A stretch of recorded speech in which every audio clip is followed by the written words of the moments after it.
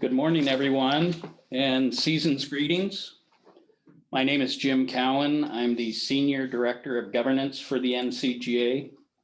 Governance being a new and fancy all-encompassing term that combines handicapping, course rating, rules, education, all into one. On behalf of the entire NCGA, it's my pleasure to welcome you to the inaugural edition of NCGA Spotlight, and again, to offer warm holiday wishes. So what exactly is NCGA Spotlight? If you've been a club official for longer than you'd like to admit, you might recall a time when we used to hit the road once every 1 or 2 years to update clubs on all facets of the NCGA activities and our programs. We called these gatherings area meetings. These are going to be kind of the same in that they're designed for club officials at heart, but they will, one, be conducted quarterly, and rather than battling weather and or traffic and or a 6.4 magnitude earthquake in Ferndale, you'll be able to view NCGA Spotlight from the warmth and comfort of your own home or perhaps your office. And if you can't view them live, the sessions were recorded for your convenience. The focus of NCGA Spotlight will be on timely updates, and that's really the key word, timely. Well, how timely? In just 12 short days, the rules of golf will be updated, will be changing. That's our leadoff story. In just 25 days, it's going to be January 14th. And hopefully you all know what that means, right? As a club official, January 14th should be as ingrained in your mind as the date of April 15th is in your civilian life. For most clubs, that's the date that you must finalize your initial roster for 2023. Your big billing of the year will be based on who appears on your roster on the evening of the 14th. And I might add at this point that unlike everything else in the world these days, NCGA dues for 2023 remain unchanged. We last raised dues in 2018, and for 5 consecutive years since, we've been able to hold the line on them. Now, if you're paying close attention, and you notice that I said January 14th was the deadline for most clubs, but not all clubs, because some NCGA clubs have already evolved away from a calendar year in favor of a rolling 365-day year. I say evolve because it is the next step in club administration that your club may want to consider, may want to strive for. Under such a rolling membership year, a golfer who joins your club in July, for example, will enjoy their NCGA benefits for a full 365 days rather than just through the end of December. But getting back to our deadline date, for most private clubs, January 14th may not be that massive a project. Private club members tend to resign on somewhat random dates, and most private clubs just go ahead and inactivate those members as they occur throughout the year. So there might not be a lot of work for them in early January. I'm sure some of you are thinking, if only it was that simple. For large associate clubs or large clubs from public courses, it's not uncommon to have to remove dozens, if not hundreds, of golfers from their roster in early January. Those being golfers that have not yet renewed their membership for the following year. So knowing what lies ahead of you, today we'll refresh your memory on how roster transactions can be performed on the Member Planet platform, including mass deletions. Again, getting back to the idea of timely, at some point in mid-January, we'll be unveiling a brand new ncga.org, a brand new website. Today, we'll give you a preview of what you can expect. In late January, we'll conduct our first 2-day immersive rules seminar of the year.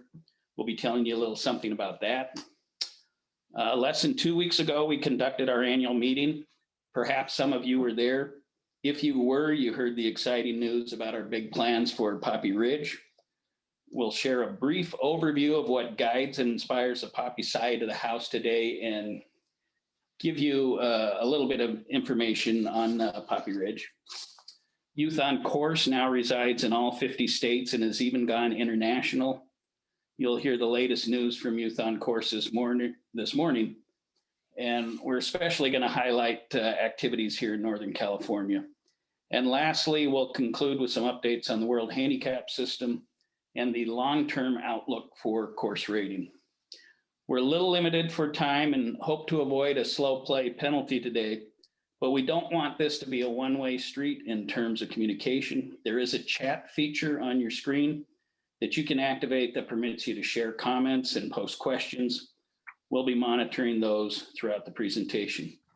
So let's get started. I'd like to introduce NCGA's Chief Operating Officer, Ryan Gregg, who will cover the upcoming rules changes and other happenings in our operations department.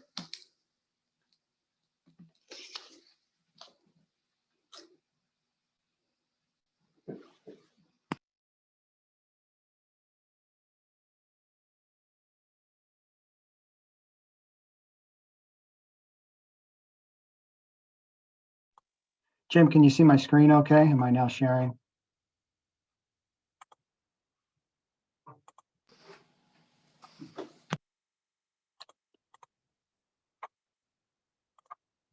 Jim, I was just asking, can you see my screen okay?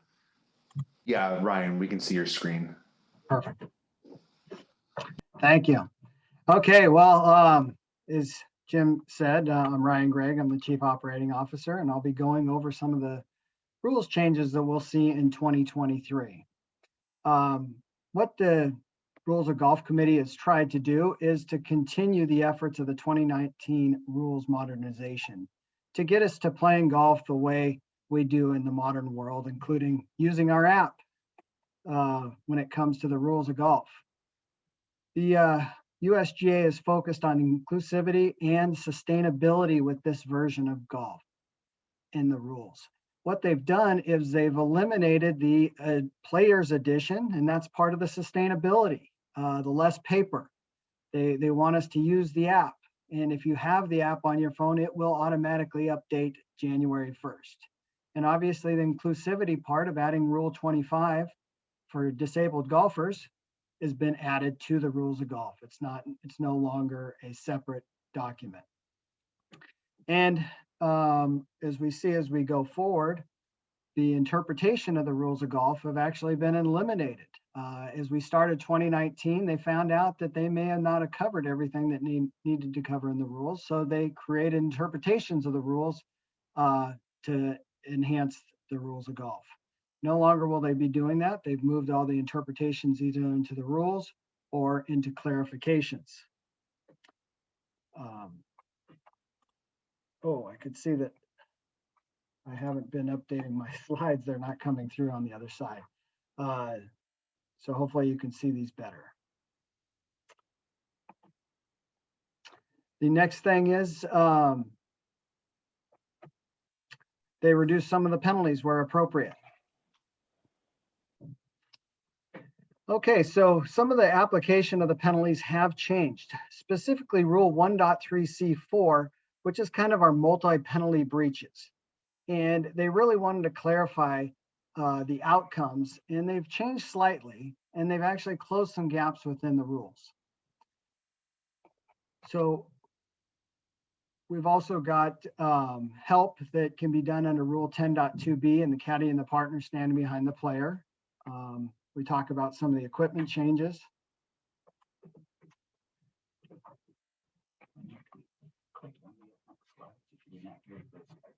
I did right here.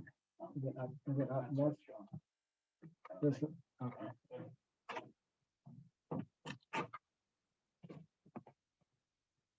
Okay, so what multiple things that can happen in applying multiple breaches. They tried to clean up what is an intervening act.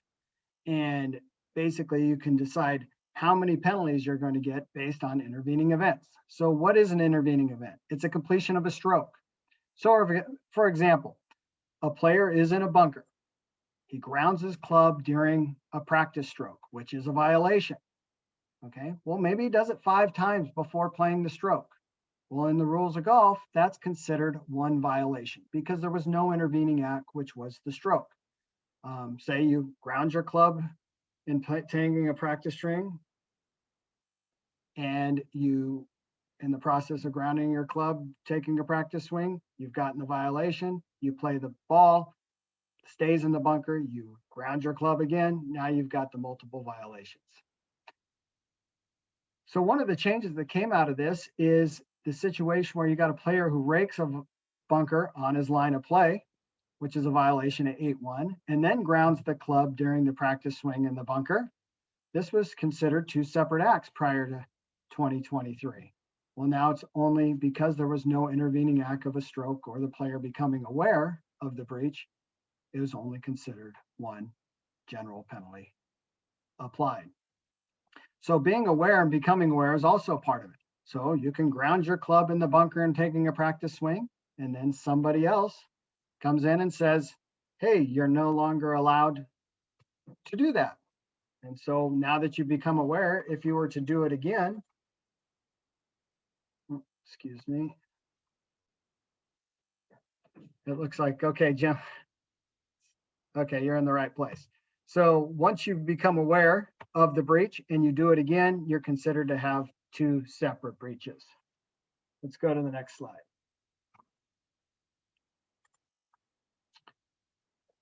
Now there is an exception. Of course, every good rule has an exception. And the failure to place a ball, so you've moved your ball in play, and if you don't put it back, it's considered a separate violation.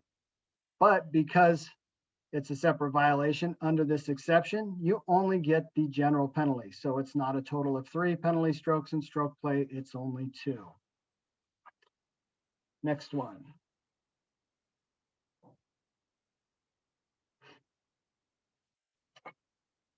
So any penalty strikes for taking penalty relief are always applied. So if I take relief from a penalty area and drop the ball in the wrong place and play it, I am going to get a total of 3 penalty strokes.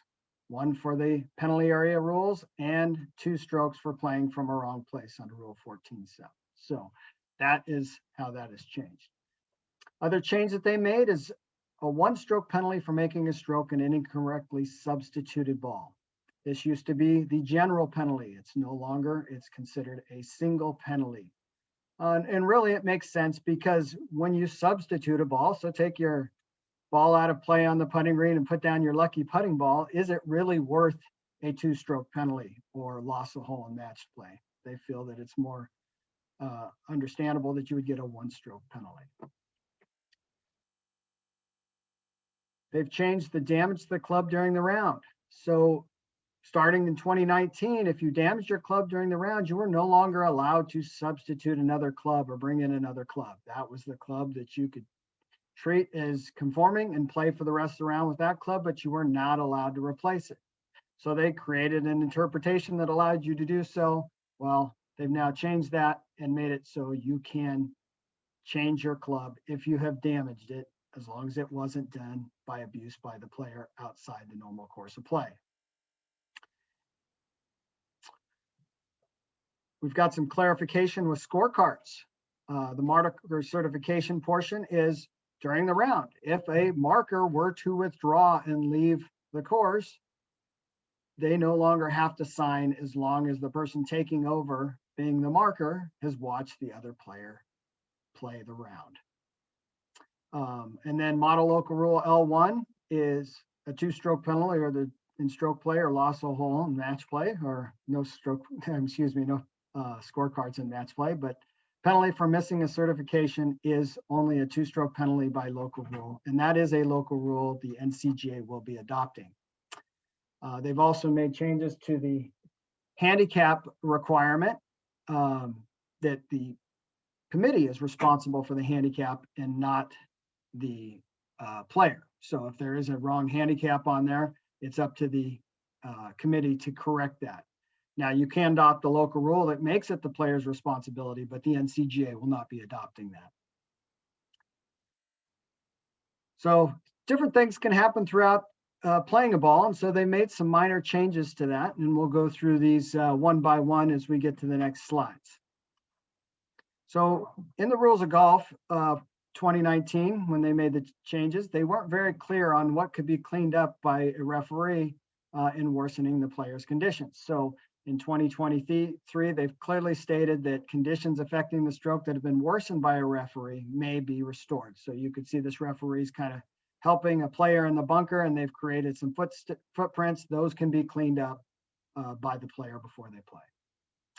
And then our Ricky Fowler rule, where if you recall, this is the waste management. Ricky Fowler took relief from a penalty area, dropped his ball, it came to rest, and then subsequently rolled into the penalty area. Well, at the time, he had to take relief with a one-stroke penalty and go through the process again. Well, the rules now state that if the ball in play and has been dropped or placed and comes to rest in a different area of the course or even out of bounds, you're going to replace it without penalty. So this makes sense. And then they've clarified the cleaning of the ball. So there is a one-stroke penalty if you clean a ball, even if you don't lift it. So you have a ball here that has grass adhering to it. And if you were to take those pieces of grass off the ball, then you would be cleaning it, and it is a one-stroke penalty.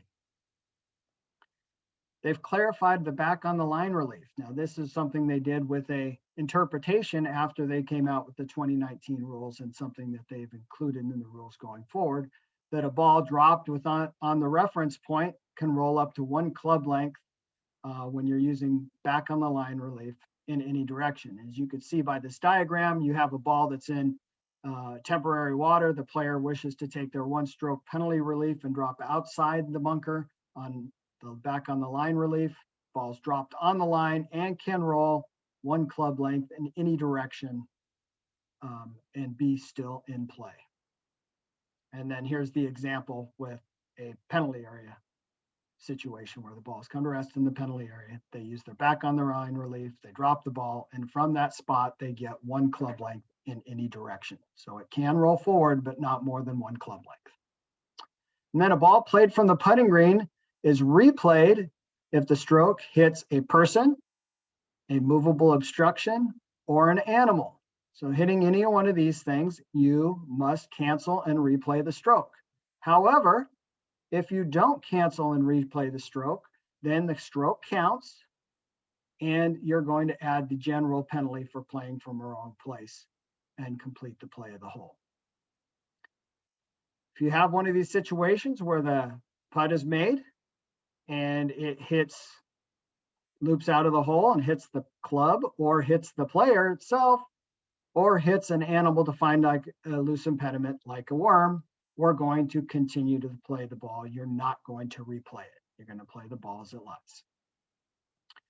And then in those serious breaches of playing from a wrong place, players will play 2 balls to determine which ball is going to count, whether or not the committee considers their violation a serious breach of playing from a wrong place. So if a player plays 2 balls in this situation, they must report that to the committee.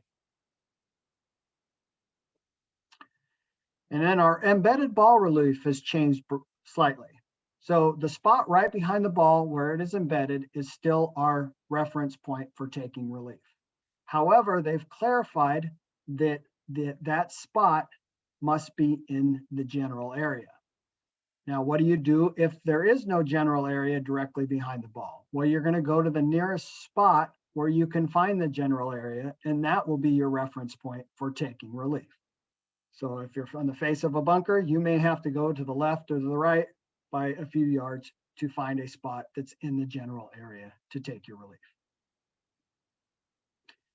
Then we have this situation where time is coming up or running out of identifying your golf ball. So you've got 3 minutes to search and find your golf ball. Say it 2 minutes and 59 seconds, your ball is found, and you happen to be some distance away. Well, they give you 1 additional minute to go to that spot and identify your golf ball. You cannot set down an object to show a line of play anywhere on the golf course. This in the past was okay. You could place an object down to show a line of play and then pick it up before the stroke is made.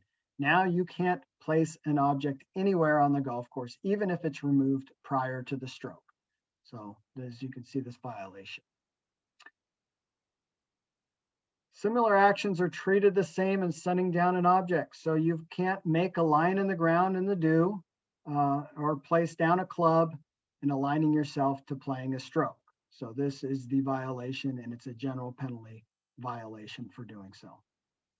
And if you happen to have one of these self-standing putters, you can't stand behind the putter to line up the putter prior to playing the stroke. So it'd be a violation of 10.2b. And once again, they've gone through further clarification of a caddy or even a partner standing behind the line of play, behind the ball, prior to a player playing a stroke. They refer to the restricted area, and that's the area directly behind the ball, where a caddy can't stand or a partner can't stand, for aiming help or help in other aiming. If this were to occur, a player would have to step away and start over too, without the caddy or partner back behind them. You can have other people back there, a fellow competitor or an opponent stand back there. If you're hitting into the sun, you need somebody to stand back there, but you can't have your caddy back there. Okay, so we do have some options to learn more about the rules of golf. We have our 2-day seminars with an optional quiz that's being conducted throughout the wintertime from January through March. And you can see the sites here, and you can go on to the NCGA's website currently and sign up for these seminars. And the registration is $100 for our volunteers if you're an NCGA volunteer, and it's $215 for our members and $350 if you're a non-member. We also are doing some outdoor seminars, some kind of live demos. We did some in the fall. We're going to do some here in the spring. Starting in March, you can see the different sites. These are all tentative. We're still working with the courses to establish the dates and the times, preferably in the morning, and have those taken care of. Other things going on in the operations side of things is we are starting a mixed team series. Our mixed team events seem to be very, very popular. And so we're going to continue building on that popularity and offering, say, 8 different events that earn points towards qualifying for our fall championship. Will be here at Poppy Hills. And then we will have a match play challenge. It's net match play, single elimination, and a very minimal fee to participate. And then we'll create a bracket that will get us to the semifinals and finals in very special locations. We're looking at working with some great golf courses with a great expectation to have some players make it throughout the year with fun competition to get to these championships. And then this year, we're going to open our registration in 3 different waves. We find that opening everything at the beginning of the year requires people to sign up for stuff happening in November doesn't really make a lot of sense. So we're going to open up 3 registration dates that will have a handful of events to sign up for within that system. So our first one will be January 16th will be our first wave, followed by April 17th and then July 17th. Our zone championships this year will be played all at Poppy Hills. Instead of going to a separate golf course, both rounds will be played at Poppy Hills. And we'll kind of have a morning and afternoon wave for those zones. So that's pretty much it from the operations team. Thank you. Ryan, we had a couple of questions come in. Sure. First question is, at what point is moving a loose impediment cleaning a ball? Okay, that's when a loose impediment is adhering to the ball. So as we saw in the slide, there was grass adhering to the ball. It's not considered a loose impediment, and you would be cleaning the ball by removing those loose impediments from the ball if they're adhering. Otherwise, moving a loose impediment is not considered cleaning the ball unless it's adhering to it. Thank you. We got one last question. How close to the line must you drop back on the line relief? You must drop on the line. So it must be dropped on the line. It's not within a foot or 6 inches. It should be on that line, or as close to as possible to that line as you can get.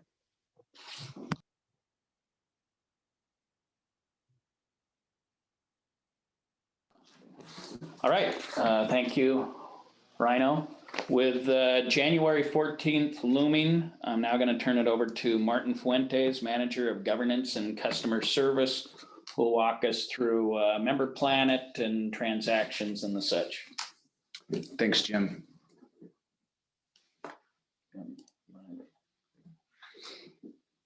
So first thing we're going to cover is club officer communication. So right now, we really need to have all club officer contact information up to date to ensure we're getting the right people, the right information, right materials at the right time. Currently, we estimate that we have about over 50% inaccurate information from clubs. We'll be introducing a balance of all club officer communications with more targeted communications by club type. So if you're an associate club, a public club, private, women's legacy club, etc. We will be continuing use of easy shareable content to help you amplify NCGA benefits, awareness, messaging, and opportunities for participation in NCGA events so your members get the most value for their membership. We are regularly updating our club officer resource section on our website to ensure that you have access to the information and tips to make your roles easier. Next, I will cover the renewal period. Key dates, best practices, a basic overview of how to add and lapse members, how to run reports, and an update on the GIN mobile app. All roster updates must be made by January 14th at 5 p.m. Pacific. This means adding new members for upcoming membership and also removing any members who did not renew with your club. Member invoices are calculated on January 15th. Invoices are sent to clubs electronically in late January. Please be sure to have the correct billing contact assigned for your club. If you need help with that, please reach out to our office. Also on our website, currently there's a contact us button at the top of the page, and you can fill out a form with your question and it'll get to the right department.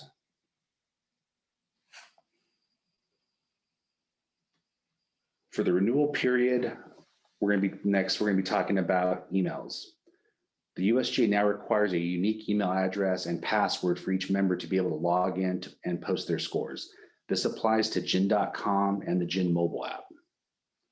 So what this means for your members is if your member does not have an email address on file, and also if they're sharing an email address with another member, they will no longer be able to post scores using the GIN products to receive their handicap index updates each month. Later in the presentation, I'll show you how to check which of your members have a digital profile.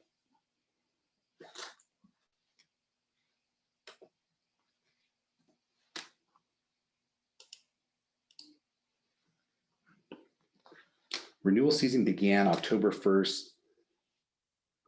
and you should let your members know what they can expect from the club, what upcoming dues are, and when they can expect to pay.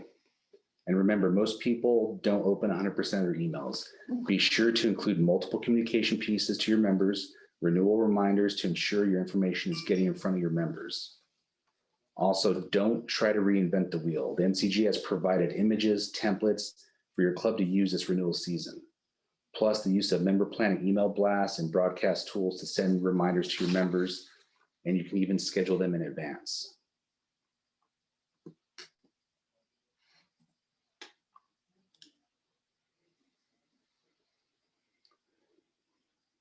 So we have a wide variety of resources available to you club officers. So we have a renewal hub on ncga.org, along with a renewal checklist, marketing materials, and a renewal handbook and more.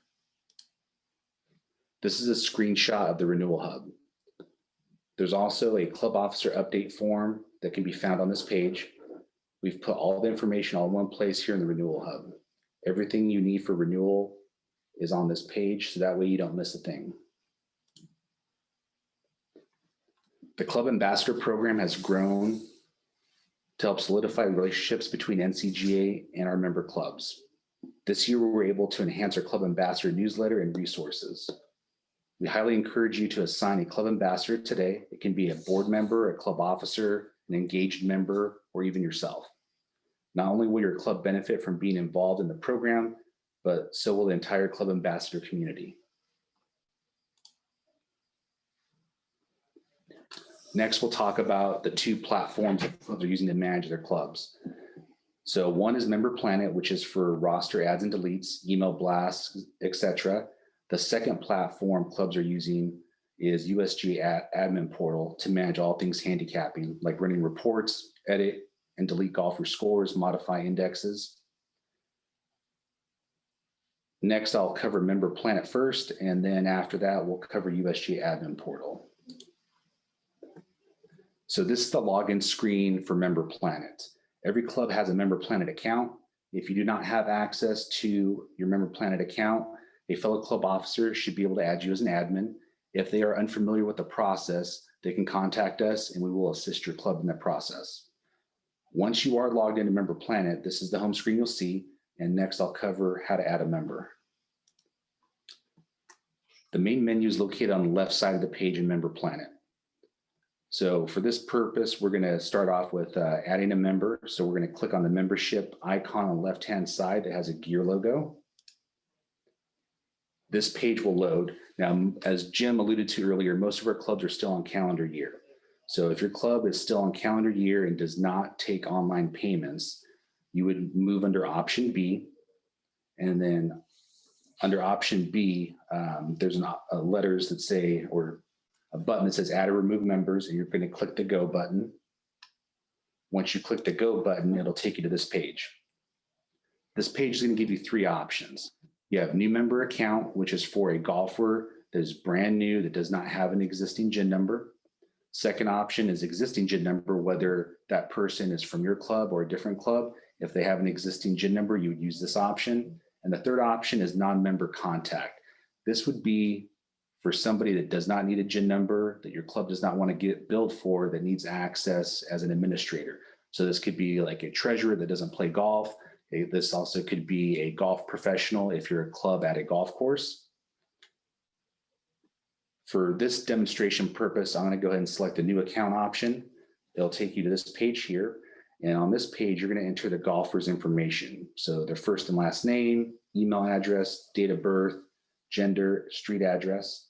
Once you complete the form and entering all the required information, there will be a blue button at the bottom right-hand corner, and you'll click continue. Member Planet then will communicate with USGA Admin Portal and generate a GIN number within a matter of minutes. Next, I will cover how to lapse or inactivate a member from your club roster. So on this page here, you're going to click the membership button on the left-hand side. And then for the club, and then you're going to click remove members button. Now on the next page, you're going to go, it's going to display your club roster, and you can select one member or multiple members at a time. And then up at the top, there's a choose action box. Once you click the drop-down menu, you're going to select change the status of membership to lapsed. Once you've selected all your members, you would scroll down to the bottom and click remove members. This page is a fail-safe. So to remove your members, the last step is you actually have to type in the word remove into the box and then click the remove members button. So this way you don't accidentally inactivate people from your club roster.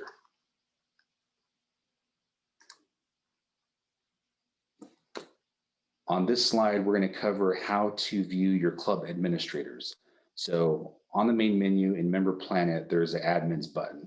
So once you click on the admins button, it'll take you to a page that's going to display how many admins your club has. So in this example, this club has 7 administrators, and to see which administrators you have listed, you would click on the gear icon on the far right. There's a drop-down menu, and then you'll click View Leaders. This will display the name, first and last name, email address of the admin. It'll also show you if the administrator is active. If the administrator has not activated their profile, it'll say not active. And to assist that administrator in getting their profile activated, you can click the send activation email button. This will automatically send an email from Member Planet to that administrator, asking them to claim their profile and activate it. If your club does need to add an additional administrator, up at the top right, there's a blue button that says add this role to someone. When you click on that button, it'll pull up your active roster and you can add somebody from your club's roster as an administrator. If you have any questions about Member Planet, please contact our office. Now I'll cover USG Admin Portal. Admin Portal is for all things handicapping, score maintenance, modifying indexes, running reports like handicap index reports, roster reports, etc. I'll start off by showing you how to add additional administrators in Admin Portal. So on this slide, you'll click on the Account tab once you're logged into Admin Portal. And then on the left-hand side, there's a Manage Users button, which you'll click on. Then at this point, there's a green button that says Add User. Once you click on that, it's going to prompt you to enter the administrator's email address. Once you've done that, you'll click the Continue button. And it's going to ask you to enter the administrator's information. So you'll enter the required information, first and last name, phone number, and you'll also select their role. So you can give them full administrator access. You can also give them read-only access. If it's somebody that's, say, maybe an assistant, and you just want them to enter scores, you can limit their role to just score posting and maintenance. Now, in the next slide, I'll go ahead and cover how to edit a score. While on your club's roster tab, you'll click on the golfer's name. And then once you do that, you'll click on the score maintenance tab. And then over on the far right, it's going to give you two options. You can either edit the score or delete the score. So in this case, I'm going to go ahead and click on edit. This will pull up the pertinent information about the score, like the date played, the score type. In this case, I'm going to go ahead and actually edit the score, and then we'll click the edit score button. Once the score is edited, it'll take you back to the golfer's scoring information. And also, if you'll note, there's a blue flag next to the score, which indicates the score has been changed.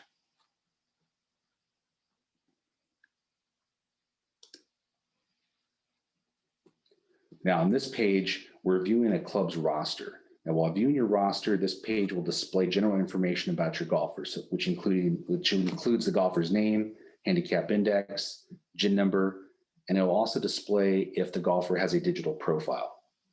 If the golfer has set up a digital profile, you'll see a blue and white icon next to their name. If one of your members contacts you and needs help setting up their digital profile, you can actually assist them with that, and we'll cover that process in the next slide.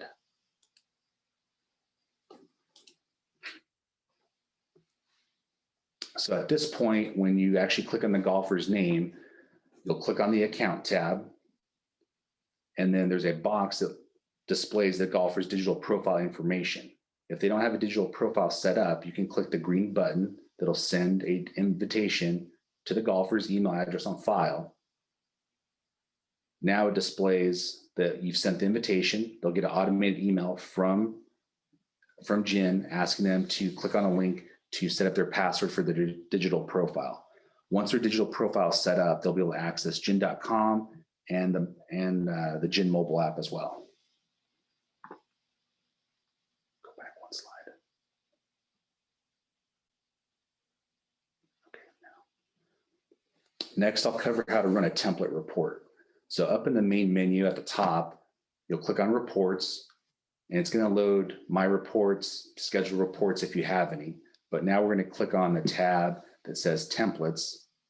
And two of the most common reports that clubs will typically run are a handicap index report or a roster report.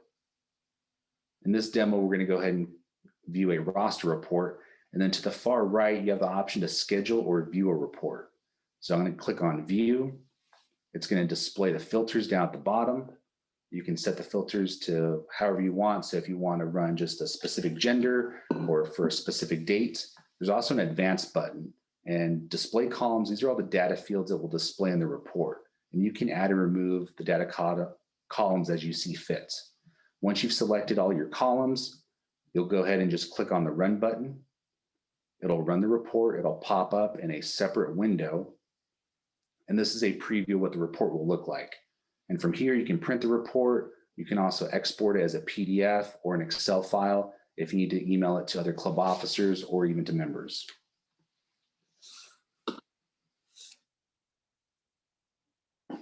Now we're going to tools and resources.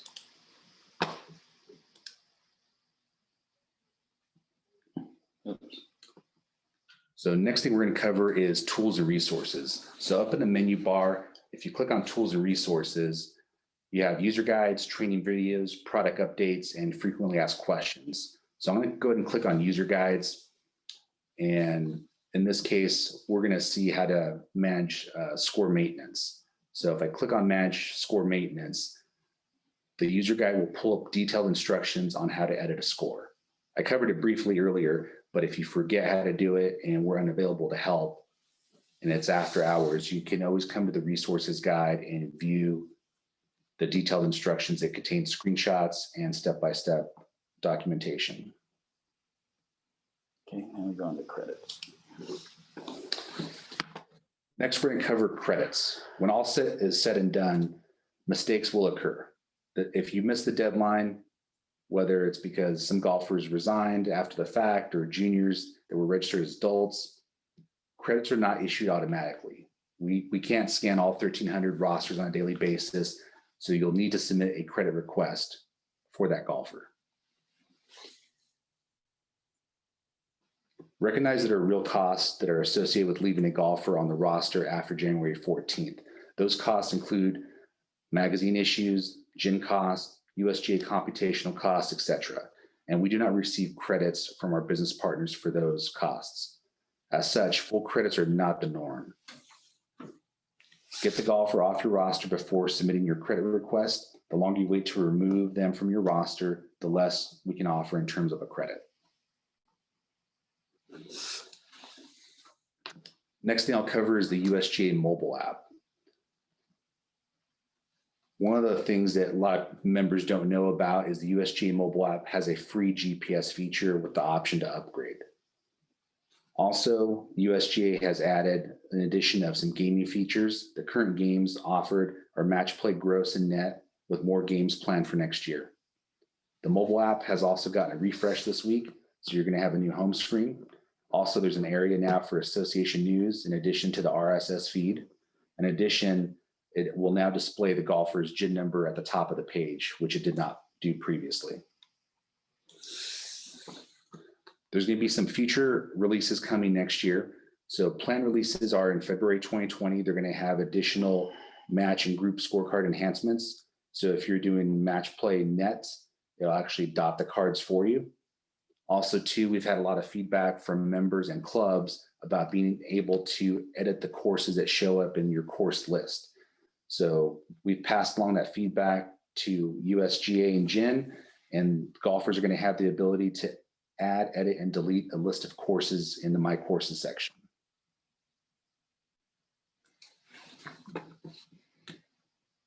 And for my last update, we also have a revamped NCGA website coming. So the new ncga.org will debut in mid-January. We've simplified and cleaned up the user interface. We've simplified the menus navigation. Also, too, there's going to be a new member area that's ungated. Also, there's going to be additional information on how to become a member quickly. There will be a new icon library for quick links. The page speed loads have increased. Also, too, better architecture and flow, and also better search engine optimization. Why don't you check? And give me a moment, let me see if any questions have come in.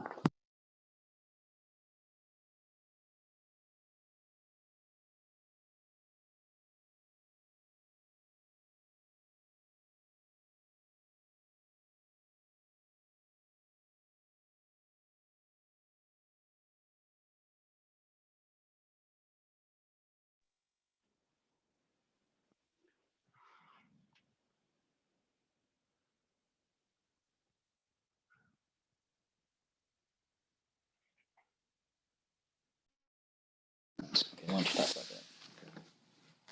So one of the questions came in was about removing a member and submitting a credit. So before you submit a credit request, you'll want to make sure the member is marked as lapsed or inactive. And then we do have a credit request form that's available on our website. It's going to ask you for some basic information from you as far as your name, what club you're from, and then also the member's information. So like their name and GID number and the reason why you're submitting a credit. And then another great question was, what's the difference between deleting a member and lapsing a member? So ultimately within Member Planet, lapsing a member will inactivate them. Deleting a member will also inactivate them, but it removes them from your lapsed member roster. We recommend just lapsing a member because if they decide to come back to your club, their information's already there and it'll save you a couple of steps versus having to re-enter their information. For now.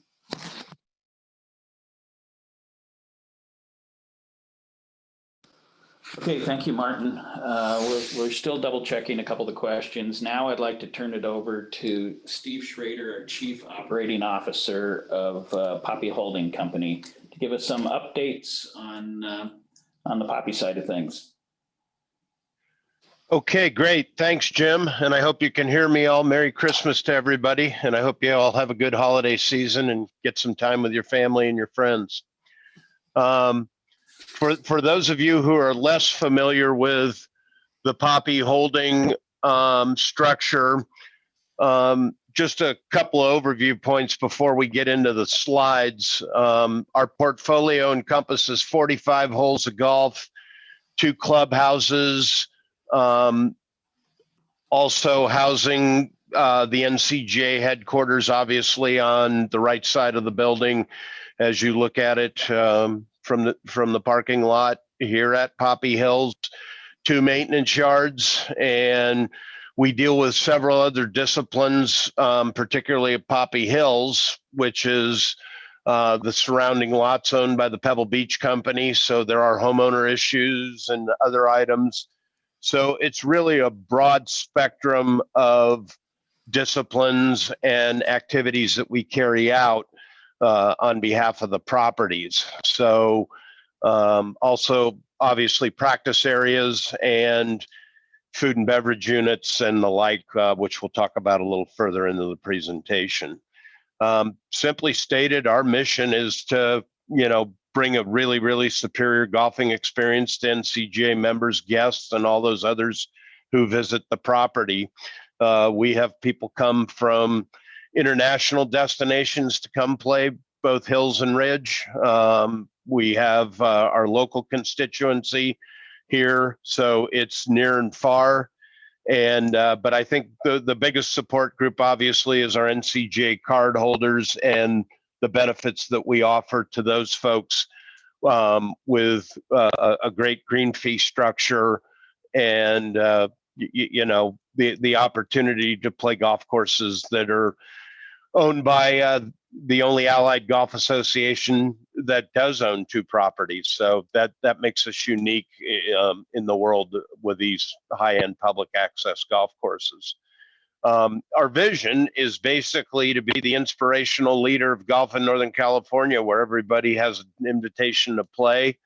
And I think we both walk the walk and talk the talk on that, given the number of events we do for youth, including our Times for Youth on Course that we support on an annual basis here, both at Hills and Ridge. And we love seeing the youngsters get out and play and develop in the game. So I think on the holding company, our strategic priorities are to maintain the properties at very high standards. And the testimony to that is we spend $5 million, over $5 million on just the maintenance of the golf courses in any annual campaign. We also do a strict capital improvements budget to really provide upgrades and standards. Most recently here, we've done a 2-phase project at Poppy Hills with the golf course, and we believe that the changes and adjustments bring it up to a top 50 probably daily fee golf course in the country. And I say probably because that's a little bit subjective, but I think courses on courses, Poppy Hills will hold its own with any in the high-end daily fee category. So recently we did work to several green surfaces, resurfaced them, have added some tee extensions, did some bunker work on hole number 12. And last year we rebuilt 3 greens and did a number of other tee extensions. So we feel like the property can hold anything from a beginning tournament for people starting out, as referenced by our tees at 4,500 yards, to any world-class golf experience, with our course being able to stretch over 7,000 yards. And probably now closer to 7,300 yards, a little under that, if we went all the way back on the back tee decks. At Poppy Ridge, we've worked real hard to improve the facility there, particularly the green surrounds, and we're going to talk a little bit more about future plans for that coming up here shortly. But I think continual improvement of the golf courses comes down to providing the maintenance team and our other improvement consultants, all the tools and resources we can, from irrigation systems to top of the line equipment. And we have basically a 1, 3, and 5 year plan for replacement of equipment, so that we can, keep all the golf course features in great shape, tees, greens, bunkers, fairways, and we work real hard at that. Our third strategic priority is basically to improve our service and our hospitality standards, and that comes in kind of two areas: just continual training with our staff and communication with them to make it the best experience we think it can be, given what our mission and vision are. And then also continually upgrading things like the restaurants and our food service items, and everything that we do to make hospitality special here at the properties. Hand in hand with that is to build our brand and member loyalty, and we do that through a number of arenas.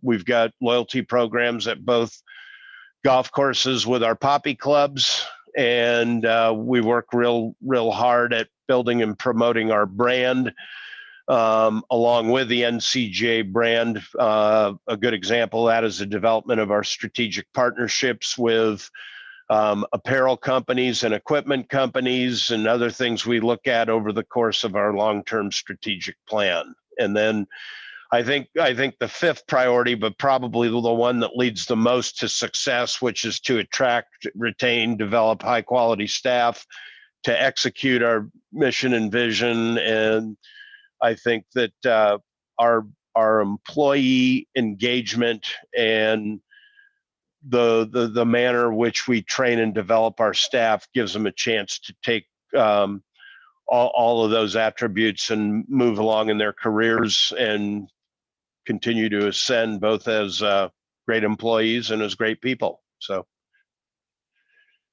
and then just a little bit here about things happening at Poppy Ridge, which is our next big improvement project. We've gone through basically a year and a half of study on this property, and for those of you who are not familiar with redevelopment of golf courses, generally at 25 to 30 years, courses are going to need to be revamped, partly due to technology, partly just to wear and tear.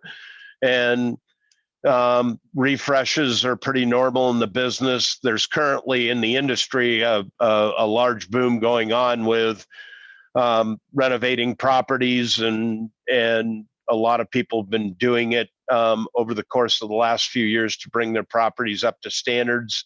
Our intention is to do that at Ridge, and we've kind of developed a plan within a plan for that, and you'll see some of the directives here that we're thinking about. And I think priority number one is to develop the best 18-hole championship golf course we can, that is also environmentally responsible and sensitive to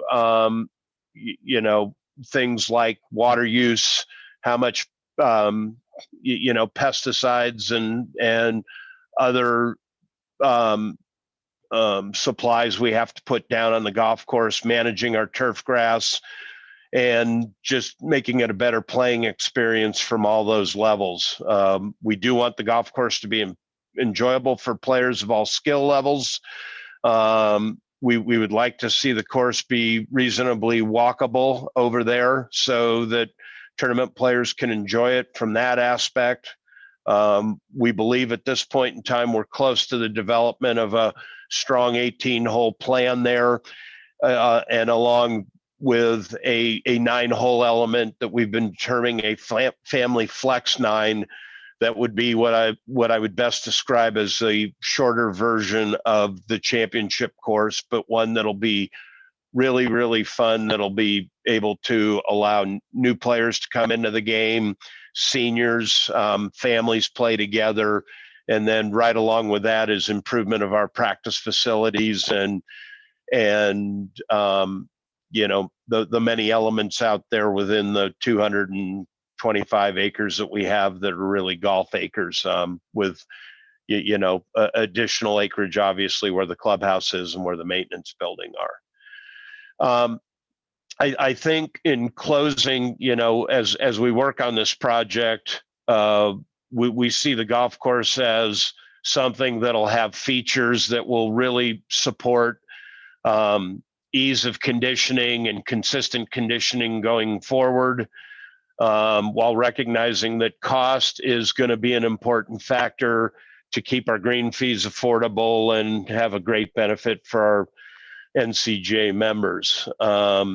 You know, that's a real balancing act as we go forward with it to make sure that we have a quality of standard out there. And we believe we can develop something that is really going to be a course for all the people, and it's something NCGA members will really enjoy. So that's the overview. We plan to move that project through the approval process here in 2023.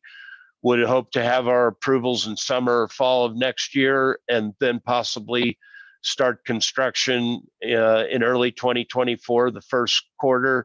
And we will certainly endeavor to do the project so that staff is not affected. That's been in the forefront of our minds all along, as we have a great loyal staff out there and really appreciate all their efforts. And we'll look forward to delivering them a new product that'll even be better than what they have.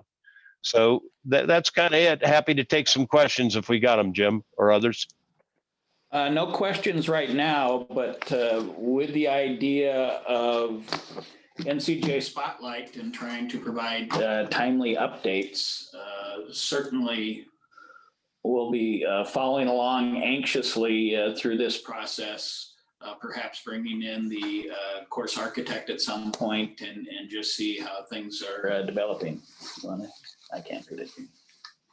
Yeah, I think that'll be reasonable.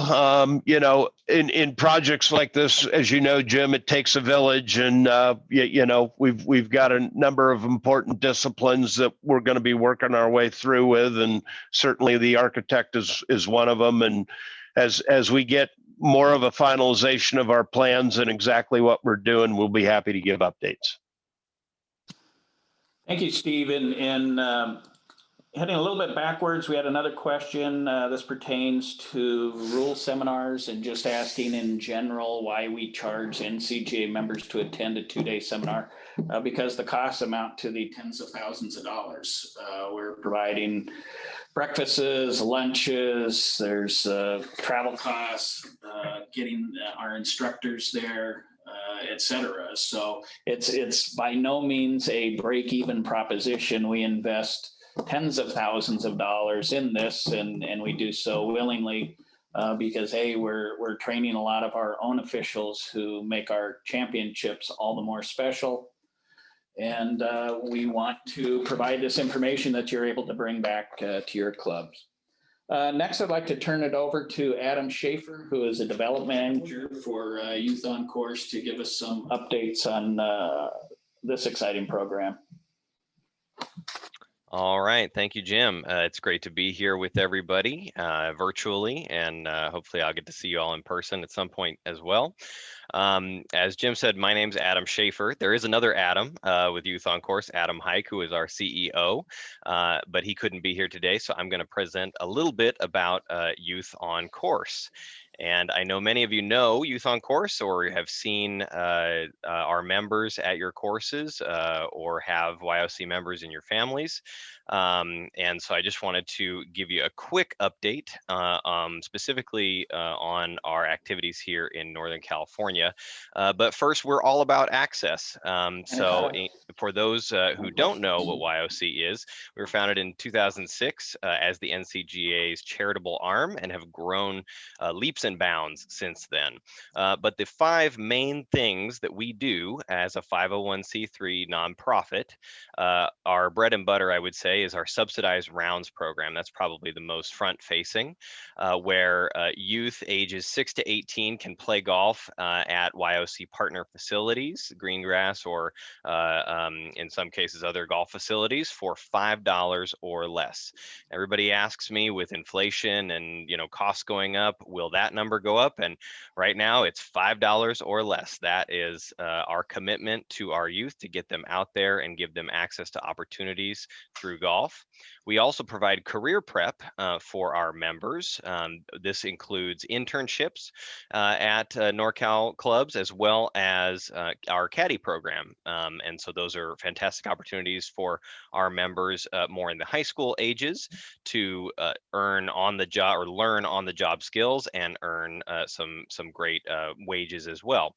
We also have a youth leadership council where our members are involved in the decision-making process here at Youth on Course. That happens all over the country, and we also come together on Zoom to bring them all together and brainstorm ideas about how to make Youth on Course better and improve our service for youth across the country. We also grant college scholarships for our high school and college-bound members who are going to 4-year programs across the country and in some cases across the world. And I'll share more about that on the next slide. And new this year, we've hired a director of alumni relations. Her name is Mo. She's fantastic. And she is working at building our alumni network and to continue our opportunities past Youth on Course membership. When you age out of Youth on Course on your 19th birthday, we want to make sure that our young people still have opportunities to succeed both on and off the golf course. And as Jim mentioned at the top of the presentation, we are now in all 50 states, 3 Canadian provinces, and moving into Australia next year in 2023. But I wanted to zoom in right here on our home, our most active region of NorCal, thanks to the support of the NCGA and all of you and your clubs. So I wanted to give you a quick update on how far we've come even since the start of the pandemic. So right now, as I ran the numbers last week, we have almost 32,000 active members, and that's again ages 6 to 18 right here in NorCal. They've played an incredible 132,000 rounds of golf for $5 or less at our NorCal public courses. That number is expected to rise as well as kids go out on break for the holidays. And we have 210 partner courses here in NorCal, which is almost the entire market, so that kids can get out there and play for $5 or less. And we've paid almost $1 million back to those public courses in subsidies to help cover their costs so that the kids only pay $5. And then our fundraising team helps raise the money to cover those subsidies. And like I mentioned earlier on the last slide, we granted this past year $353,000 in scholarships, which were generously supported by individuals, corporations, and clubs like yours to provide lifelong learning for kids to go to 4-year colleges and universities. But putting that all in perspective, we're up 76% of membership from 2019 when we had 18,000 members. So an awesome statistic there. Our rounds are up similarly, 74% when we only played 76,000 rounds here in NorCal. And as I mentioned earlier, almost 90% of all NCGA public courses, according to the National Golf Foundation data, are participating in YOC. That's a fantastic stat, and we'd love to get to 100% in 2023. And our subsidies that we pay back to those public courses in 2019 were $500,000. We've almost doubled that this year. And scholarships, we have supported youth with more than $100,000 increase from our 2019 numbers. So go ahead with the next slide. I also wanted to zoom in on what we are doing to engage more girls in golf right here in NorCal. And that's one of my initiatives for 2023. And some of you I've already spoken to about this. This is a fantastic way to get your clubs involved, your women's clubs, your men's clubs, everybody involved to help grow the game and to get more girls out there with opportunities through golf.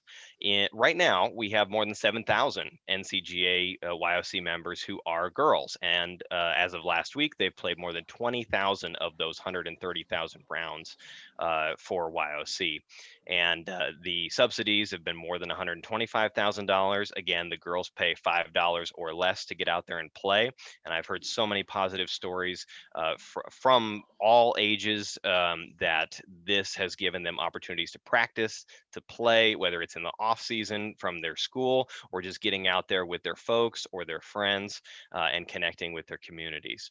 We also, in conjunction with the NCGA women's clubs, have supported 55 high school girls golf teams this year. That's a $50,000 impact that has gone to help 4,000 or more girls on those golf teams here in NorCal.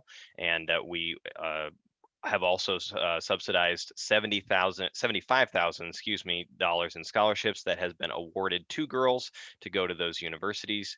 And we had 9 girls who were interns this year, and they earned $13,500 working in a variety of settings at public and private facilities, whether it's marketing, hospitality, food and beverage, agronomy, or also retail in the pro shop, and learning these hands-on skills that there's so much more than just playing golf. There's an entire industry that is welcoming to girls and could be a possible career path for them. So when you add it all up, our total investment just in girls here in NorCal is more than $264,000. We are aiming to raise that for 2023 as well with your help.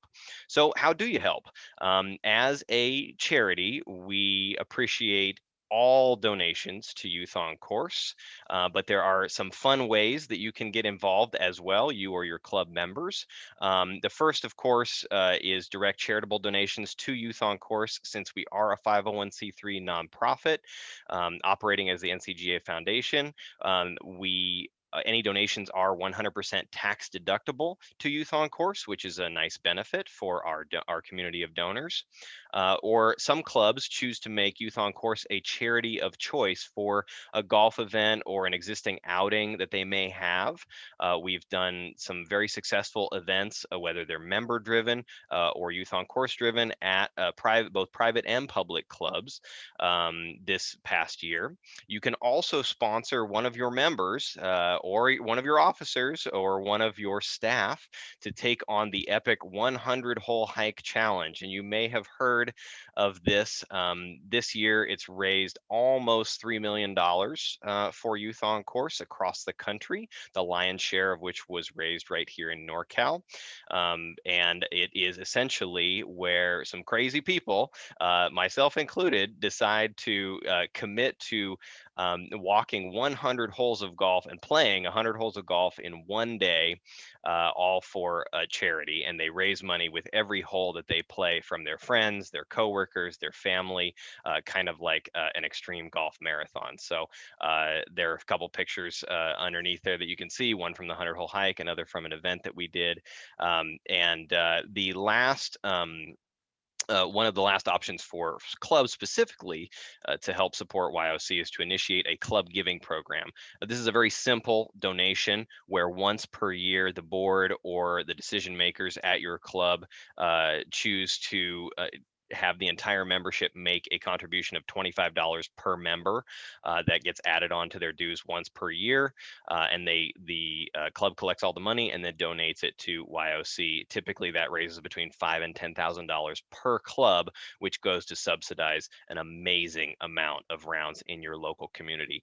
This is a list of some of our generous club supporters. These are the private clubs here, but we also, and so I wanted to recognize them, but we also have have more than 200 public partners as well that were too many to list on my slides. So, but if you don't see your club on this slide and you'd like to get involved, or you'd like to get involved again for 2023, if we move to the next slide, I'll give you my contact information.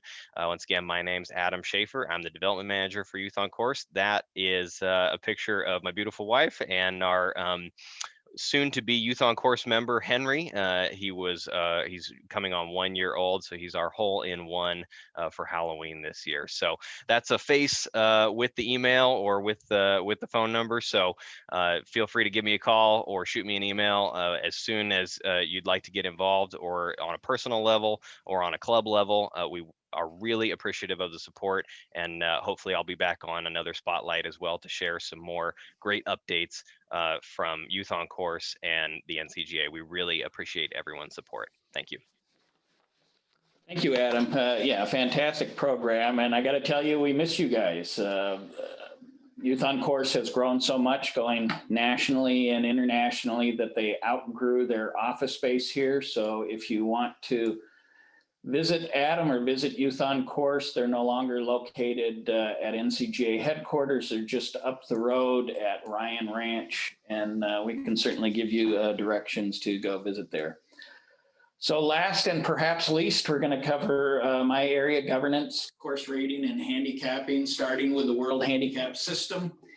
The system itself is set to be revised and updated in 2024.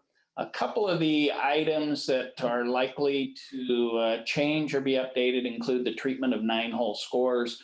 Instead of perhaps waiting for 2 to be combined, some magic may occur when you post a 9-hole score, so that there's immediate impact the next morning, like on an 18-hole score, in terms of a handicap update.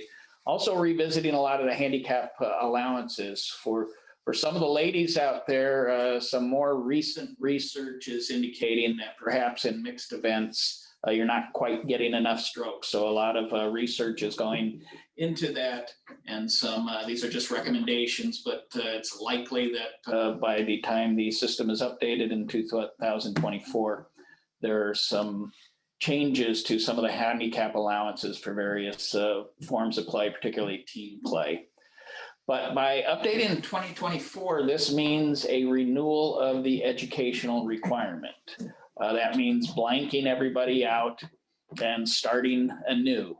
So the educational requirement is composed of some videos that must be viewed and a quiz that must be passed. And so that's going to occur in early 2024, and every club without exception will have to have a representative complete the materials and pass the quiz by June 2024.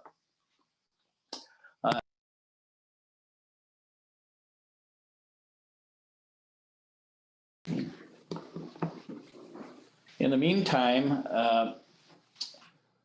in 2023, there's going to be continuation of the club assessment program, which is very simple and painless. We'll be sending this out in early 2023, and basically a link will be sent to you, and you'll respond and you'll just confirm who the primary handicap contact is at the club: name, email address, etc. So again, very quick and very painless. I do have to forward this news on to you, though. According to the World Handicap System and according to NCGA bylaws, without exception, a club must maintain a minimum of 10 members. So I've just been recently reviewing a list of clubs with fewer than 10 members, and it will be necessary. We'll be sending out notification to them that they have to get their membership level up to that minimum standard. Again, NCGA bylaws require it just to be a member club, and the World Handicap System requires it in order to issue handicaps. More immediately, prior to 2024, though, effective in just a matter of a couple of weeks, the playing condition calculation, PCC, is going to become a little less conservative. So at this point in time, about 5% of the days that golf is played, or 5% of the time rounds are submitted, something was going on that day making the course play a little bit more difficult or a little less difficult than normal. Could be weather conditions. It could be all the tees were moved up and there were some very vanilla hole locations for the day, especially on busy days.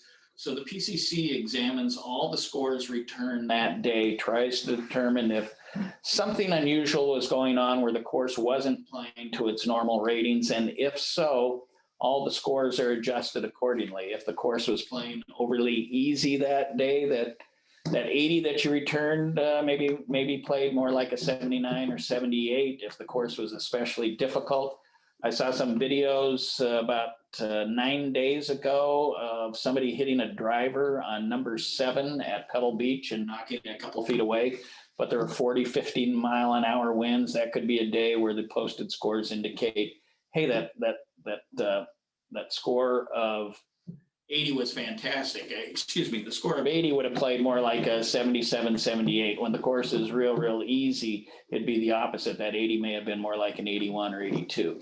Now, the PCC is totally contingent on golfers posting the day of play, and that continues to be a bit of an issue.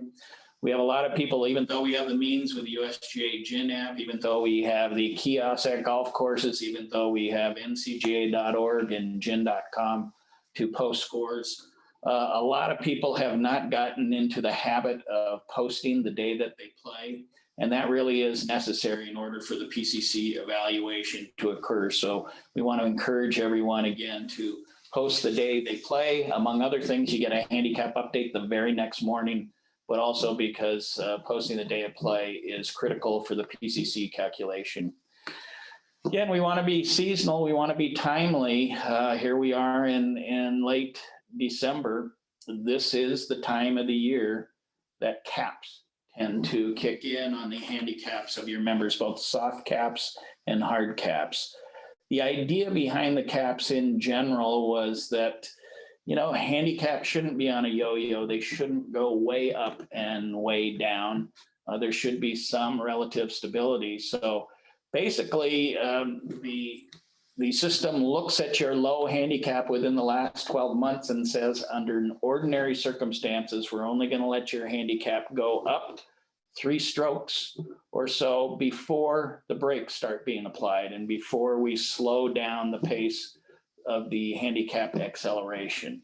So soft caps are far more common, but again, when a person gets more than 3 strokes above their low of the past 12 months, the brakes will be applied and you'll see that handicaps aren't quite increasing as rapidly. Now, certainly there are exceptions. If there are some exceptional circumstances where a golfer has some sort of illness, they had a knee replacement or something like that, and that is the cause for the scores going way up.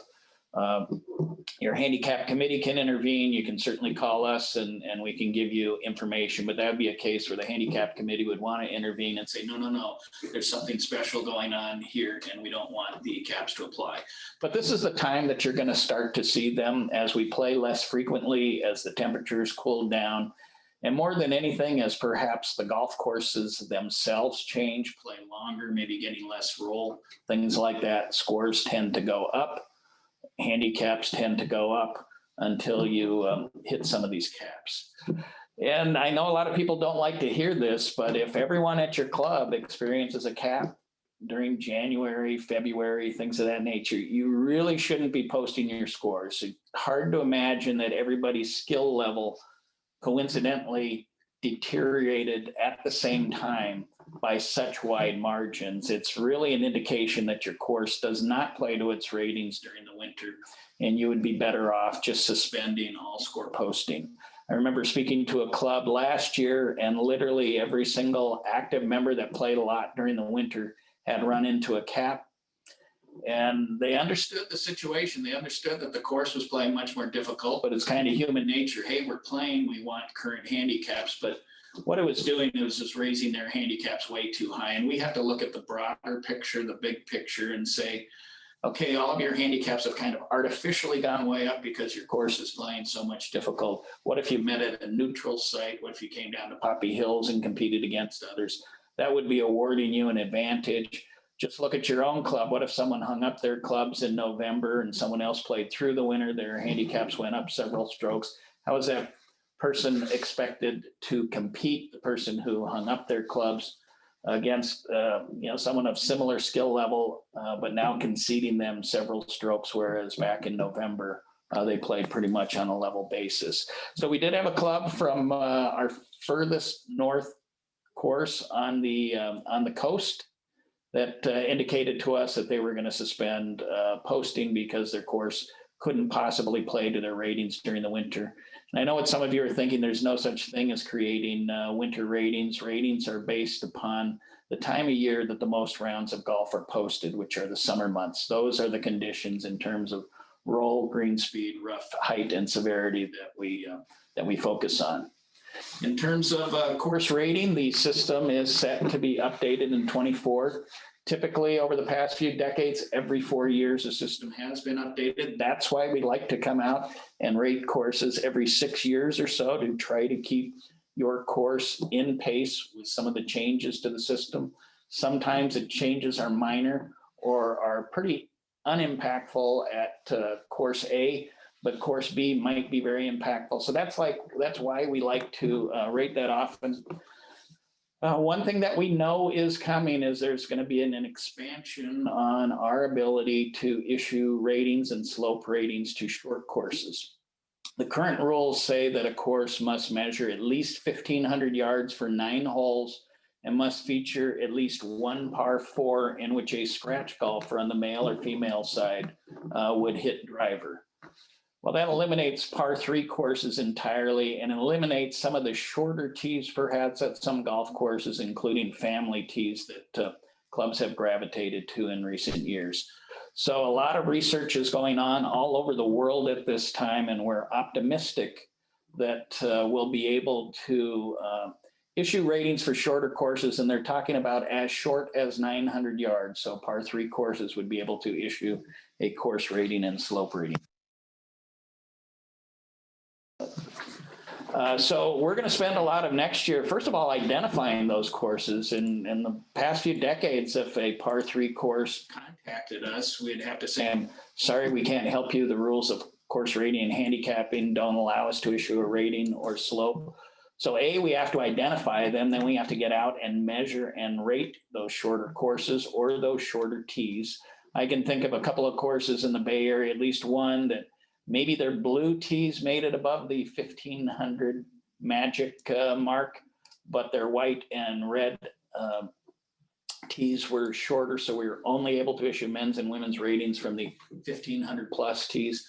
Well, we're going to have to get out there and rate a bunch of those courses this year so that when January 1st, 2024 rolls around, there are ratings in place and people can start posting to those.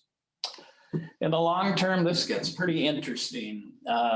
Beyond 2004, the system is going to be modernized. If you think about it and you think about recent history, in 2019, the USGA and the R&A modernized the rules of golf for us, made it easier, a little simpler. The handicap system was modernized in 2020 with the launch of the World Handicap System. Just this past year, the rules of amateur status were modernized. So the next project that is set to be reviewed is the course rating system. So details are very, very sketchy at this point. I don't even know if the USGA and R&A know exactly what to research yet. So it's just in the idea stage, the infancy stage. One thing that has been discussed is the concept of mapping golf holes, perhaps starting at a point, analyzing the green like we always have, perhaps starting at a point 10 yards short of the green, and then in 25-yard increments going all the way back to the tees. One thing that would allow us is if a course built a new tee, either a new extra long tee or a shorter tee, a family tee, we would pretty much already know how wide the fairways are at every point on that hole, what the topography is like, the proximity of bunkers and things. And without placing a visit to the golf course, we'd probably be able to issue ratings much simpler by this mapping process. So that's one of the things that's being discussed. One thing that they definitely want to include is a component that allows for the analysis of hole-by-hole scores that have been returned by real golfers of all handicap ranges to confirm the accuracy of those ratings. So we're really looking forward to that. Now, going hand in hand with that, I would not be surprised if perhaps by 2028, the handicap system might require the return of scores on a hole-by-hole basis because of all the advantages that would provide to ensure that the scores were posted properly and that net double bogey was applied properly, to help with the ranking of the stroke holes. And also, ultimately, the posting of hole-by-hole scores in the future will allow us to confirm the accuracy of ratings. So my guess in general is that we're going to be asked to rate all of our golf courses in a compacted period of time. So instead of every 6 years, they may tell us a couple of years from now, hey, instead of doing 60 courses a year for 6 years, maybe you do 120 courses a year for 3 years. So we might be contacting you about visiting your course a little sooner than normal if we rate your course in 23 or 24. But thereafter, it's likely that it will not be necessary to visit your courses nearly as often. If the 6-year anniversary came up and we looked it up and we said, gee, the analysis of the hole-by-hole scores by players of all handicap ranges confirms that this rating is right on target and they've made no changes, no renovations. The green speeds are the same as 6 years ago. The rough severity is about the same. It may not be necessary to visit your courses. So that's my expectation right now. I'm as anxious as anybody to learn the direction that the course rating system is headed, and we'll certainly pass that information on to you as it comes along. Any questions that have come in? Just 1 second.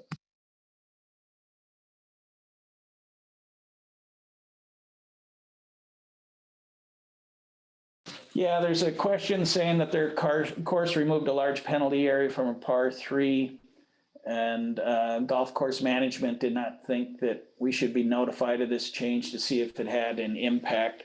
Certainly, if it's a penalty area that must be carried, it's likely to have an impact.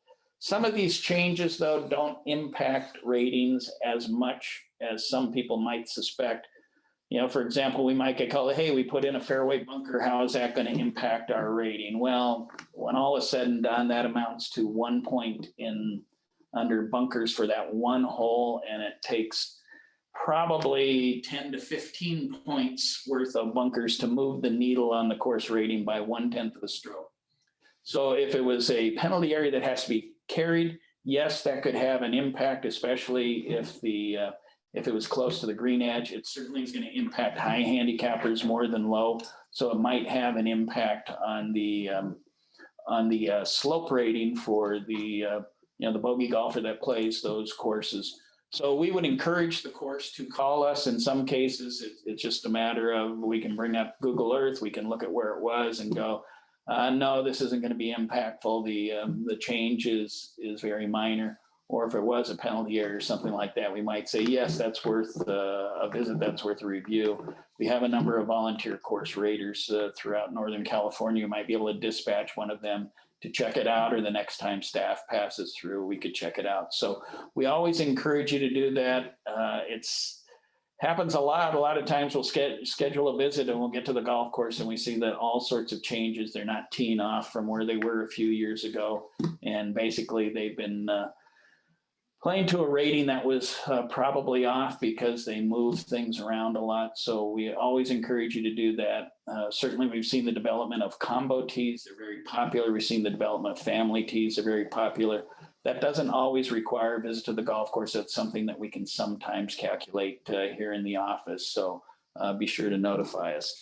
That concludes our program today. We'll follow up if any other questions have come in and just contact people on an individual basis. But we'd like to have you send us your thoughts for our first go on this. Obviously, we had a couple of technical issues throughout. We have an idea of the sort of information we want to update you on when we get to March and we get to the summer. And wouldn't be surprised if in June, one of the things you're hearing about is the U.S. Women's Open, which will be conducted right down the road at Pebble Beach. but we want your thoughts and if there are some particular topics that you would like to see covered. So there's my email address. Please feel free to forward an email to me, again, indicating the type of topics you'd like to see. Other than that, again, we'll get back to you if any other questions have popped in. Thank you for your time today. And again, warmest holiday wishes from the NCGA. Thank you.